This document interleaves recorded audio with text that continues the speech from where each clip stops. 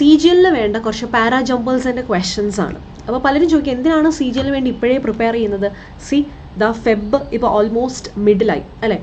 അപ്പോൾ പെട്ടെന്നായിരിക്കും ടൈം പോകുന്നത്.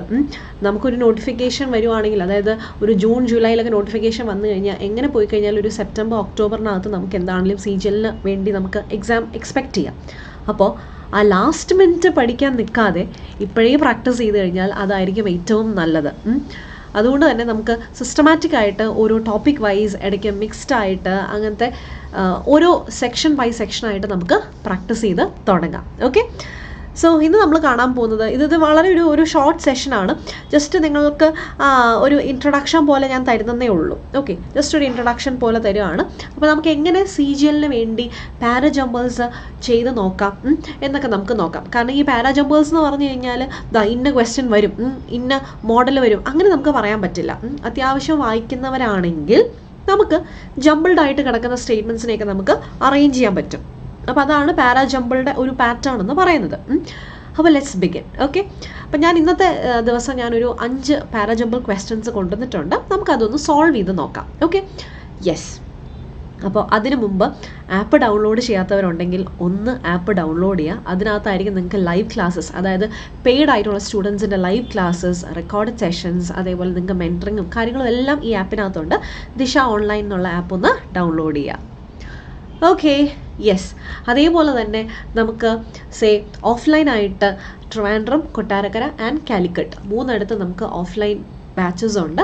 അപ്പോൾ SSC, റെയിൽവേ, ബാങ്കിൻ്റെയൊക്കെ ക്ലാസ്സസ് ഉണ്ട്. അപ്പോൾ താല്പര്യമുള്ളവർ ഞാൻ കോൺടാക്ട് നമ്പർ തന്നിട്ടുണ്ട്, അതിൽ നോക്കി കോൺടാക്ട് ചെയ്യുക, വേണ്ട കോഴ്സ് ജോയിൻ ചെയ്യാം. Okay, yes. അപ്പോൾ ഇപ്പോൾ നമുക്ക് ലേറ്റസ്റ്റ് ആയിട്ട് CGL ബാച്ചാണ് നടക്കുന്നത്. അപ്പോൾ ഓൾറെഡി സ്റ്റാർട്ട് ചെയ്തിട്ടുണ്ട്, അതുകൊണ്ട് എത്രയും പെട്ടെന്ന് ജോയിൻ ചെയ്യാം. അപ്പോൾ നമുക്ക് സ്റ്റാർട്ട് ചെയ്യാം അല്ലേ? അപ്പോൾ ആദ്യത്തെ ക്വസ്റ്റ്യൻ എന്ന് പറയുന്നത് ഫസ്റ്റ് ആൻഡ് ലാസ്റ്റ് സെൻറ്റൻസ് തന്നിട്ടുണ്ട്. ഓക്കെ, ഇത് കണ്ടോ, S1 എന്ന് പറയുന്നത് സെൻറ്റൻസ് 1, ഫസ്റ്റ് സെൻറ്റൻസ് തന്നിട്ടുണ്ട്. സിമിലർലി ലാസ്റ്റ് സെൻറ്റൻസും തന്നിട്ടുണ്ട്, S6, അത് ലാസ്റ്റ് സെൻറ്റൻസാണ്. ഓക്കെ, അപ്പോൾ ഇതിൻ്റെ ഇൻ ബിറ്റ്വീൻ 4 സെൻറ്റൻസസ് ഉണ്ട്, ABCD. അത് ജമ്പിൾഡ് ആയിട്ടാണ് കിടക്കുന്നത്. നമ്മൾ അതിനെ ഒന്ന് അറേഞ്ച് ചെയ്ത് കൊടുക്കണം. ഓക്കെ, ഇതാണ് നമുക്ക് ചെയ്യാനുള്ളത്. അപ്പോൾ ഫസ്റ്റ് ആൻഡ് ലാസ്റ്റ് സെൻറ്റൻസ് ഉണ്ട്. ഇതിൻ്റെ ഇൻ ബിറ്റ്വീൻ ആയിട്ട് 4 എക്സാമ്പിൾസ്, 4 സ്റ്റേറ്റ്മെൻറ്റ്സ് ഉണ്ട് കേട്ടോ, 4 സ്റ്റേറ്റ്മെൻറ്റ്സ് ഉണ്ട്. അതിനെ ജമ്പിൾഡ് ആയിട്ട് കിടക്കുകയാണ്. ഒരു ഓർഡറിലല്ല, നമ്മൾ അതിനൊന്ന് അറേഞ്ച് ചെയ്യണം. എങ്ങനെ അറേഞ്ച് ചെയ്യും? ഓക്കെ, ഇപ്പോൾ ഈ കണ്ടുകൊണ്ടിരിക്കുന്നത് നിങ്ങൾ റെക്കോർഡ് സെഷൻ ആയിരിക്കും കാണുന്നത്. അപ്പോൾ പറ്റുന്നവർ ഇപ്പോൾ തന്നെ ഓപ്ഷൻസ് നോക്കി ആൻസേഴ്സ് പറയാം. അതുകൊണ്ട് ഒരുപാട് സമയം ഞാൻ വെയിറ്റ് ചെയ്യുന്നില്ല, ഞാനങ്ങ് പറഞ്ഞു തരാം. ഓക്കെ, അപ്പോൾ നമുക്ക് വായിക്കാം. Ratheesh was alone at home. He hesitated for a moment but then picked up the receiver. Suddenly the phone rang. He repeated hello but still no one replied from the other end. Though he said hello, there was no response from the other side. Okay, fine. The phone rang again but this time somebody asked if his father was at home. Okay, അപ്പോൾ Ratheesh was alone at home, അത് ആദ്യത്തെ സെൻറ്റൻസും. Last sentence the phone rang again but this time somebody asked if his father was at home. ഇതാണ് നമ്മുടെ last sentence. അപ്പോൾ ആ ഫസ്റ്റും ലാസ്റ്റിലും മാറ്റമൊന്നുമില്ല, ഇടയ്ക്കത്തേത് jumbled ആയിട്ടുള്ളതിനെ നമ്മളൊന്ന് അറേഞ്ച് ചെയ്യണം. ഓക്കെ, അപ്പോൾ ഈ അറേഞ്ച് ചെയ്യാനായിട്ട് ഒരു സെൻറ്റൻസും മറ്റേ സെൻറ്റൻസും തമ്മിൽ, അതിൻ്റെ തൊട്ടടുത്ത സെൻറ്റൻസ് തമ്മിൽ എന്തെങ്കിലും ഒരു കണക്ഷൻ കാണും. ആ കണക്ഷനാണ് നമ്മളിവിടെ കണ്ടുപിടിക്കേണ്ടത്. അല്ലാണ്ട് എപ്പോഴും നമുക്ക് ആദ്യത്തെ സെൻറ്റൻസ് ഇത്, തൊട്ടടുത്ത സെൻറ്റൻസ് തന്നെ ഇനി അടുത്ത് കിട്ടണം, പിന്നെ തേർഡ് കിട്ടണം, ആ ഒരു ഓർഡറിൽ കിട്ടണം എന്ന് യാതൊരു നിർബന്ധവും ഇല്ല. നമ്മൾ നോക്കേണ്ടത് 2 സ്റ്റേറ്റ്മെൻറ്റ്സ് തമ്മിൽ എന്തെങ്കിലും ഒരു കണക്ഷൻ കാണും അല്ലെ? കോൺസിക്യൂട്ടീവ് ആയിട്ടുള്ള 2 സ്റ്റേറ്റ്മെൻറ്റ്സ് തമ്മിൽ എന്തെങ്കിലും ഒരു ലിങ്ക് കാണും. ആ ലിങ്ക് കണ്ടുപിടിച്ചുകൊണ്ട് നമ്മളിവരെ അറേഞ്ച് ചെയ്യണം.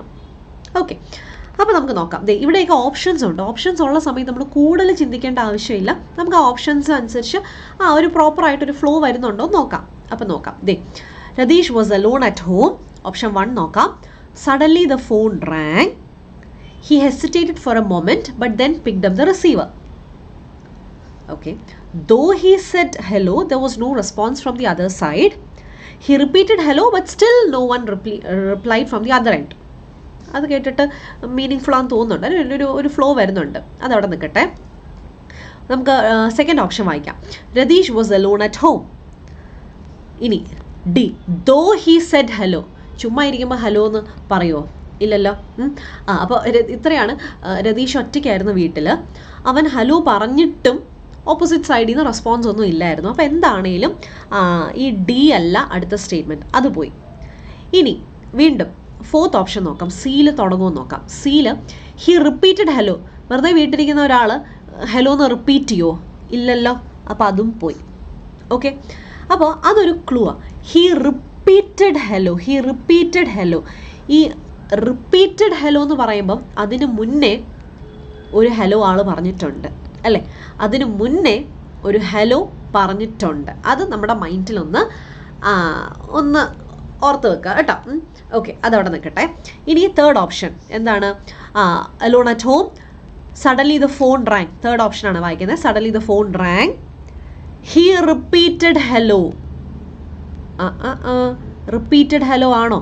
അതിന് മുന്നേ ഹലോ റിപ്പീറ്റ് ചെയ്യുന്നതിന് മുന്നേ എന്തോ സംഭവിച്ചിട്ടുണ്ടല്ലോ. ആദ്യം ഒരിക്കൽ ഹലോ പറഞ്ഞാലല്ലേ റിപ്പീറ്റഡ് വരൂ. അപ്പോൾ തന്നെ ഓർത്തോണം ആ സിക്ക് തൊട്ട് മുന്നേ എന്താണ്. ഓക്കെ, ഫോൺ അടിച്ചു പിന്നെ റിപ്പീറ്റ് ചെയ്തെന്നാണോ? അതും അല്ല. അപ്പോൾ തന്നെ നമുക്ക് ആൻസർ കിട്ടി. It is option 1. ഇനി നോക്കിക്കോ, ഞാൻ പറഞ്ഞു ഹി റിപ്പീറ്റഡ് ഹലോ അല്ലേ? സി എന്ന് പറയുന്നത് ഹി റിപ്പീറ്റഡ് ഹലോ. അപ്പോൾ അതിന് മുന്നേ ഒരിക്കൽ ഹലോ പറയണ്ടേ അല്ലേ? ആ ഹലോ പറഞ്ഞിരിക്കുന്നത് എവിടെയാണ്? Though he said hello there was no response from the other side. അപ്പോൾ അതാണ് ആദ്യം വരേണ്ടത്. കണ്ടോ, ആ ഒരു ലിങ്ക് തന്നെ കിട്ടി. പിന്നെ ഭാഗ്യവശാൽ നമുക്ക് ഡി സി എന്ന് പറയുന്ന ഒരേ ഒരു ഓപ്ഷനേ ഉള്ളൂ, ആൻഡ് ദാറ്റ് ഈസ് ഓപ്ഷൻ 1. ഇനി നമുക്ക് കംപ്ലീറ്റ് ആയിട്ട് ഒന്നുകൂടെ വായിക്കാം. Ratheesh was alone at home. Suddenly the phone rang. പെട്ടെന്ന് ബെല്ലടിച്ചു. ഓക്കെ, ഇനിയോ he hesitated for a moment. ഒരു നിമിഷം ഒന്ന് ആലോചിച്ചു. But then picked up the receiver. അതിന് ശേഷം റിസീവർ എടുത്തു. ഇനിയോ though he said hello there was no response from the other side. പുള്ളി ഹലോ പറഞ്ഞെങ്കിലും ഓപ്പോസിറ്റ് സൈഡിൽ നിന്ന് റെസ്പോൺസ് ഒന്നും ഇല്ല. Okay, he repeated hello. വീണ്ടും ഹലോ എന്ന് പറഞ്ഞു.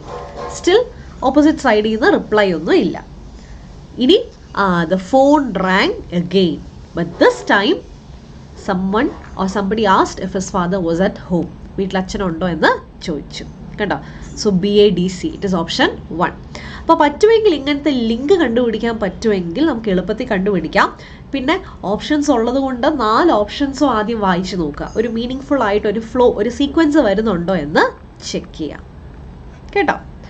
അടുത്തത് ഇത് 4 സെൻറ്റൻസസേ ഉള്ളൂ. ഓക്കെ, ടോട്ടലി നമുക്ക് 4 സെൻറ്റൻസസേ ഉള്ളൂ.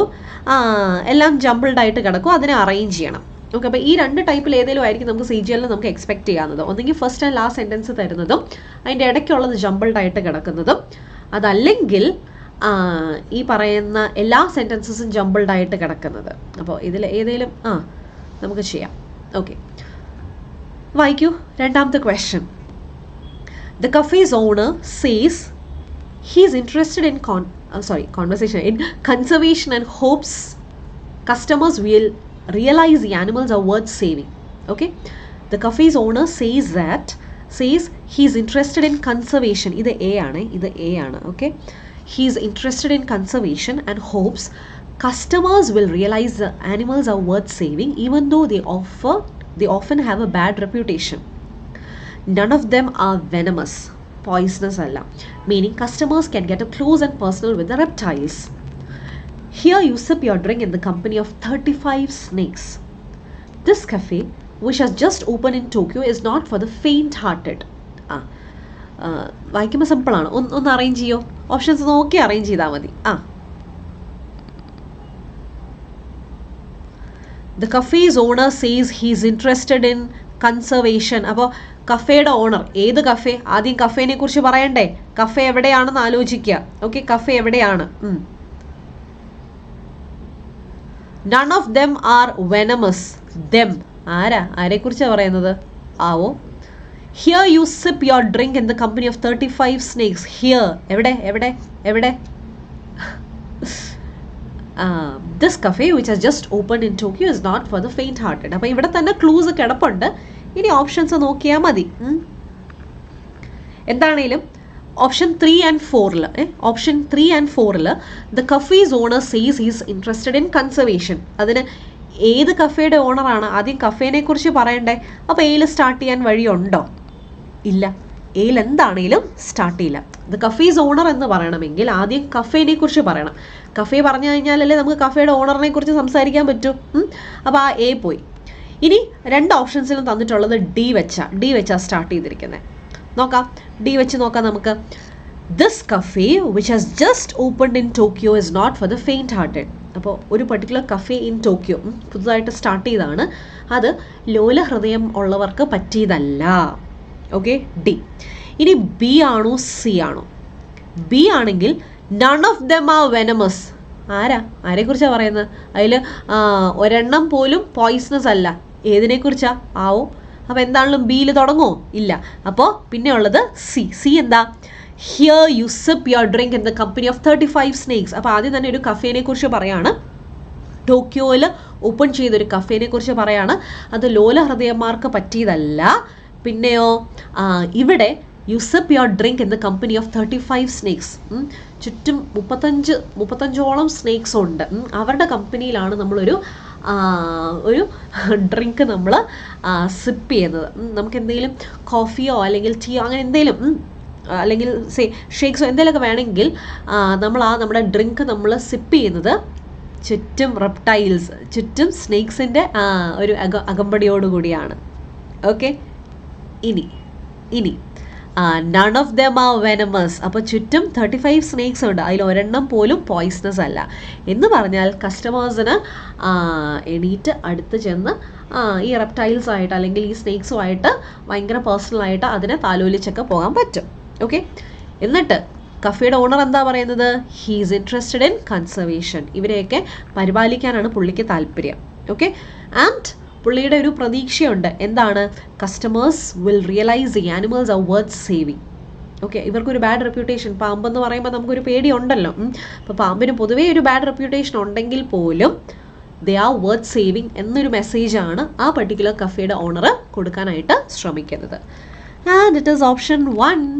കണ്ടോ, ഇതുപോലത്തെ സിമ്പിളായിട്ടുള്ള പാരാജമ്പിൾ ക്വസ്റ്റ്യൻസേ CGL വരത്തുള്ളൂ. അതായത് ഭയങ്കര കടുകെട്ടി അത്രയൊന്നുമില്ല, നമ്മളെ കൊണ്ട് ചെയ്യാൻ പറ്റുന്നതൊക്കെ തന്നെയാണ് CGL വരുന്നത്. വലിയ പേടിക്കാനൊന്നും ഇല്ലാത്ത പാരാജമ്പിൾ ക്വസ്റ്റ്യൻസ് ആണ്. Okay, yes. അപ്പോൾ ഇതിൽ തന്നെ കുറേ ക്ലൂസ് കിടപ്പുണ്ട്. ഞാൻ പറഞ്ഞില്ല, കഫേ ഓണർ സീസ് എന്ന് പറയുമ്പോൾ തന്നെ അതിന് മുന്നേ കഫേനെ കുറിച്ച് പറഞ്ഞിട്ടുണ്ടാവാം. None of them are venomous ആരെക്കുറിച്ചാണ് പറയുന്നത്? അപ്പം അതിന് മുന്നേയും അത് ആരാന്നുള്ളത് മെൻഷൻ ചെയ്യണം. Here you sip your drink. എവിടെ ആ ഹിയർ എന്ന് പറയുന്നത് എവിടെയാ? അപ്പം അങ്ങനെ കണക്ട് ചെയ്ത് ഓപ്ഷൻസ് നോക്കി പോയാലും മതി കേട്ടോ. നെക്സ്റ്റ്, മൂന്നാമത്തെ ക്വസ്റ്റ്യൻ. ഓക്കെ, ഇത് അഗെയിൻ 4 എണ്ണം തന്നിട്ടുണ്ട്, 4 സ്റ്റേറ്റ്മെൻറ്റ്സ് ഉണ്ട്, എല്ലാം ജമ്പിൾഡ് ആയിട്ട് കിടക്കുന്നത്. ആൻസർ ഒന്ന് പറയുമോ? പിന്നെ ഇപ്പോൾ വീഡിയോ കണ്ടുകൊണ്ടിരിക്കുന്നവർ ഒന്ന് വീഡിയോ ലൈക്ക് ചെയ്യുക, ഫ്രണ്ട്സിനായിട്ട് നിങ്ങളത് ഷെയർ ചെയ്ത് കൊടുക്കുക. പിന്നെ ചാനൽ സബ്സ്ക്രൈബ് ചെയ്യാത്തവരുണ്ടെങ്കിൽ ചാനലൊന്ന് സബ്സ്ക്രൈബ് ചെയ്യുക. ഓക്കെ, നമ്മളിന്ന് 5 ക്വസ്റ്റ്യൻസേ ചെയ്യുന്നുള്ളൂ കേട്ടോ. First, it is received by the sub editors through the correspondence, the reporters and via the news agencies.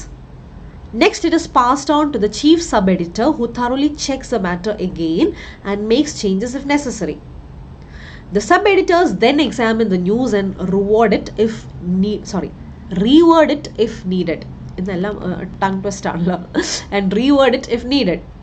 News from its reception to printing goes through a series of interconnected stages. പറയൂ, എന്താണ് answer? ഇത് recorded ആണ്, ഇന്നത്തെ ഈ class recorded ആണ്, live അല്ല. Okay, അതുകൊണ്ട് എന്തെങ്കിലും ഡൗട്ട്സ് ഉണ്ടെങ്കിൽ താഴെ കോമെൻറ്റ് ചെയ്ത് ചോദിച്ചാൽ മതി കേട്ടോ. ഓക്കെ, ഇതുണ്ടോ ക്ലൂ ഇവിടെ കിടപ്പുണ്ട്. First, it is received. It എന്തുവാ? അതൊരു പ്രോനൗണാണ് അല്ലേ? അപ്പോൾ പ്രോനൗണിന് മുന്നേ നൗൺ വരണ്ടേ? അത് ഏത് ഇറ്റാന്നുള്ളത് എന്താന്ന് പറയണ്ടേ? First, it is received by the sub editors. It എന്തുവാ? Next, it is past. എന്തോ it? The sub-editors then examine the news and reword it. Okay, if needed. ശരി. അപ്പം എന്താണെങ്കിലും ഒരു ക്ലൂ കിട്ടി. എയിലും ബിയിലും തുടങ്ങില്ല. അപ്പോൾ തേർഡ് ഓപ്ഷൻ പോയേ. ഓക്കെ, പിന്നെ സിയിൽ the sub editors then examine. അതിനുശേഷം അവർ എക്സാമിൻ ചെയ്യും. അപ്പോൾ അതിന് മുന്നേ എന്തൊക്കെയോ സംഭവിക്കുന്നുണ്ടല്ലോ. അപ്പോൾ സിയിലും തുടങ്ങില്ല, പോയി. ഇനി 1 ആണോ 2 ആണോ? കാരണം അത്രയും നമുക്ക് കട്ട് ഷോട്ട് ചെയ്യാനായിട്ട് പറ്റിയ ഓപ്ഷൻസ്. പറയൂ, എന്തായിരിക്കാം? News from its reception to printing goes through a series of interconnected stages. അതാണ് സ്റ്റാർട്ടിംഗ് സെൻറ്റൻസ്. ഓക്കെ, ന്യൂസ് അത് കിട്ടുന്നത് മുതൽ പ്രിൻറ്റ് ചെയ്യുന്നത് വരെ, ആ വാർത്ത കിട്ടുന്നത് തൊട്ട് പേപ്പറിൽ പ്രിൻറ്റ് ചെയ്ത് വരുന്നത് വരെ ഒരുപാട് സ്റ്റേജസിലൂടെയാണ് അത് ഇങ്ങനെ പൊയ്ക്കൊണ്ടിരിക്കുന്നത്. അതേതൊക്കെയാണെന്ന് നോക്കാം. ഓക്കെ, DC ആണോ DA ആണോ നോക്കാം. DC, the sub-editors then examine the news. Then എക്സാമിന് മുന്നേ ആദ്യം എന്തൊക്കെയോ വേണ്ടേ അല്ലേ? അപ്പം കുറേ സ്റ്റേജസ് ഉണ്ടെന്ന് പറഞ്ഞിട്ട് ആ സ്റ്റേജസ് പറയണമല്ലോ. അപ്പോൾ സിയിൽ വരുമോ? ഇല്ല. അപ്പം തന്നെ ആൻസർ ഓപ്ഷൻ 2 ആണ് പിടികിട്ടി അല്ലേ? ഇനി ഓപ്ഷൻ 2 നമുക്കൊന്ന് പ്രോപ്പറായിട്ട് ഒരു സീക്വൻസ് വരുന്നുണ്ടോ നോക്കാം. അപ്പോൾ ന്യൂസിൻ്റെ പല സ്റ്റേജസ് പറയാണ്. എന്താണ്? A, first it is received. ഈ ഇറ്റ് എന്തുവാ? ഈ ന്യൂസ് കേട്ടോ. അപ്പോൾ first it is received by the sub editors through the correspondence, ലോക്കലായിട്ടുള്ള ആളുകളിൽ നിന്നൊക്കെ, അതേപോലെ റിപ്പോർട്ടേഴ്സ് ചെയ്യുന്ന, അതേപോലെ തന്നെ ന്യൂസ് ഏജൻസീസ് എന്നൊക്കെ സബ് എഡിറ്റേഴ്സിനാണ് ആദ്യം ന്യൂസ് കിട്ടുന്നത്. ഓക്കെ, ഇനി next it is passed on to the chief sub editor. Okay, chief sub എഡിറ്ററിലോട്ട് പോകും എന്നാണോ? അല്ല, അതിനു മുമ്പ് ആദ്യം എന്താണ്? സി ആണ്, DA ആണ്, B അല്ല കേട്ടോ, ഞാൻ മാർക്ക് ചെയ്ത് മാറിപ്പോയി. അപ്പോൾ എങ്ങനെയാണ്? ന്യൂസ് പല സ്റ്റേജസിലൂടെ കടന്നു പോകുന്നു. ആദ്യം സബ് എഡിറ്റേഴ്സിന് കിട്ടുന്നു. ഇനിയോ സബ് എഡിറ്റേഴ്സിന് കിട്ടിയിട്ട് പിന്നെ സബ് എഡിറ്റേഴ്സിൻ്റെ അല്ലേ കാര്യം. അപ്പോൾ sub editors examine the news, then examine the news and reword if needed. Okay, അപ്പോൾ ആദ്യം ന്യൂസിൻ്റെ പല സ്റ്റേജസ് പറയാണ്. സബ് എഡിറ്റേഴ്സിന് കിട്ടുന്നു, പല ഏജൻസീസിലൂടെയും റിപ്പോർട്ടേഴ്സിലൂടെയും കറസ്പോണ്ടൻസിലൂടെയും അവർക്ക് ന്യൂസ് കിട്ടുന്നു.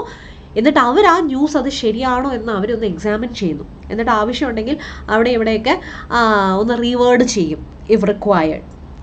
എന്നിട്ടാണ് സബ് എഡിറ്റേഴ്സ് കഴിഞ്ഞിട്ടാണ് അവരുടെ ഹെഡ് ചീഫ് സബ് എഡിറ്ററിലോട്ട് പോകുന്നത്. Okay, next it is passed on to the chief sub editor. പുള്ളി എന്ത് ചെയ്യും?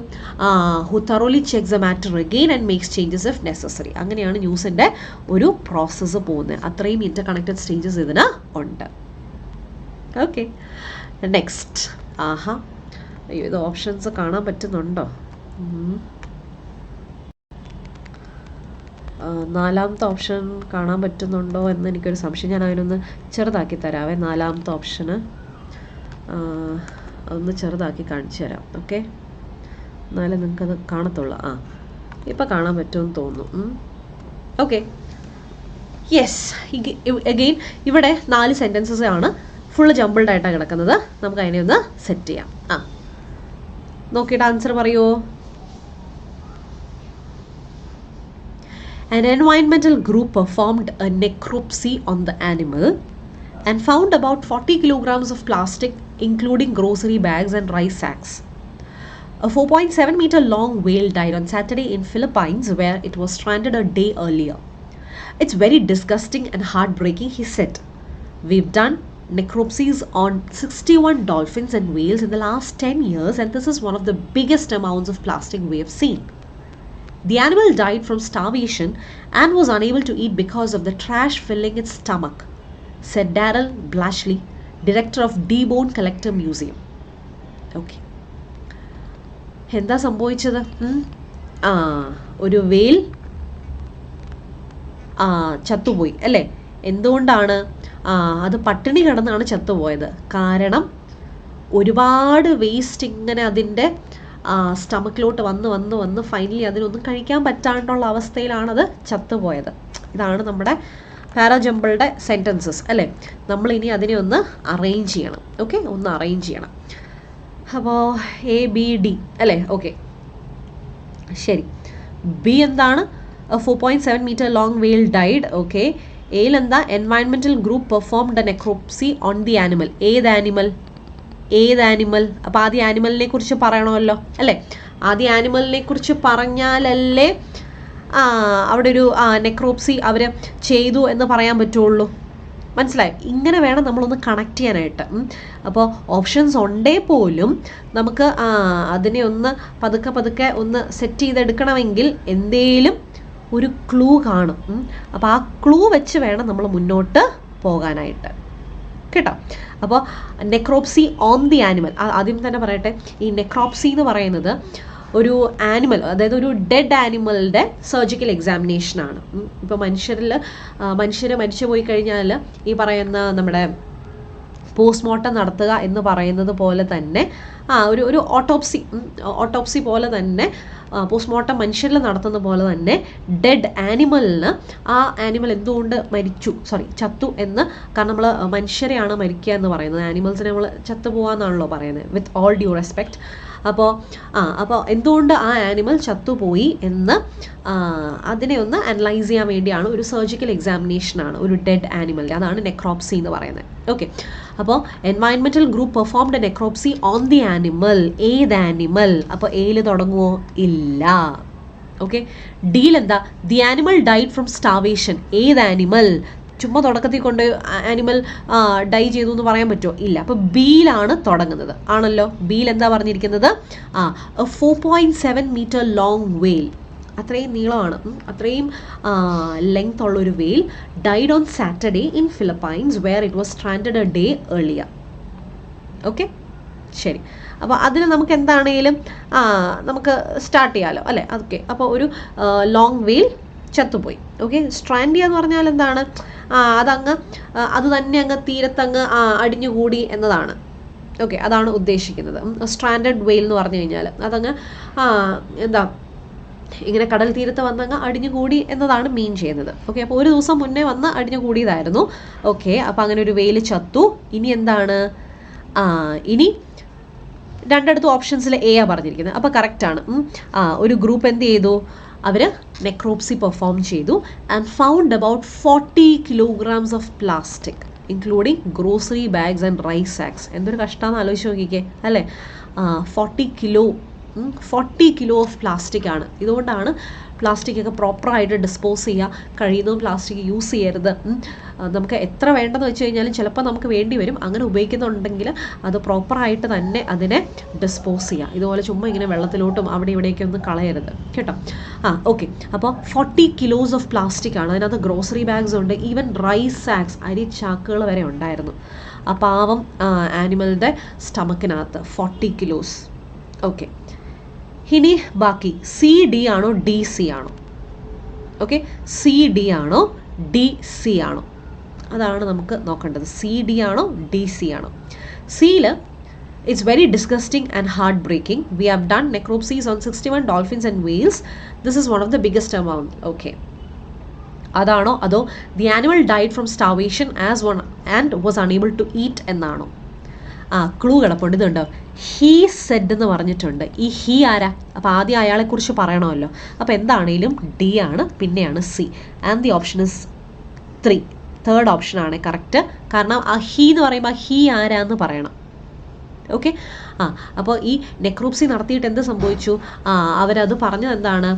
ഇതിൻ്റെ ഡയറക്ടർ പറഞ്ഞു പട്ടിണി കാരണമാണ് ഈ വെയിൽ ചത്തുപോയത്. കാരണം it was unable to eat because of the trash filling it stomach. ഈ വേസ്റ്റ് മുഴുവൻ അതിൻ്റെ വായിൽ ഇങ്ങനെ വന്ന് അടിഞ്ഞുകൂടി അവസാനം അതിന് ഫുഡ് കഴിക്കാൻ പറ്റാണ്ടായി.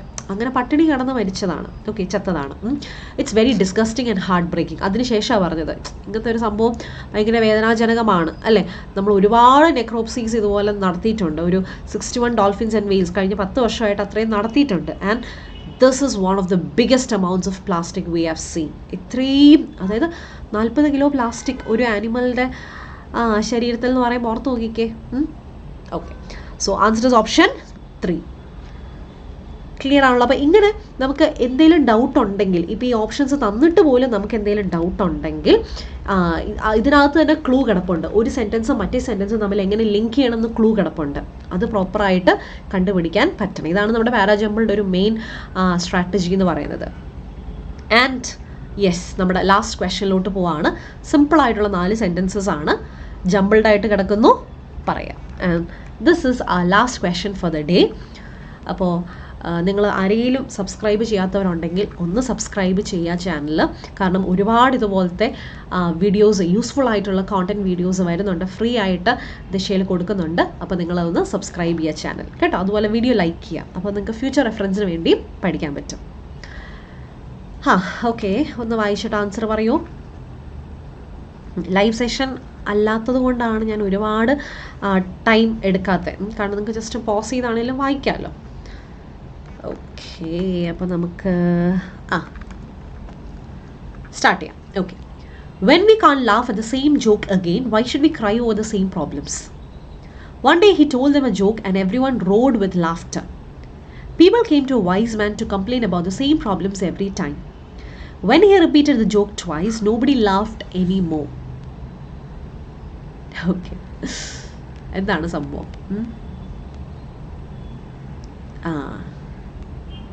One day he told them.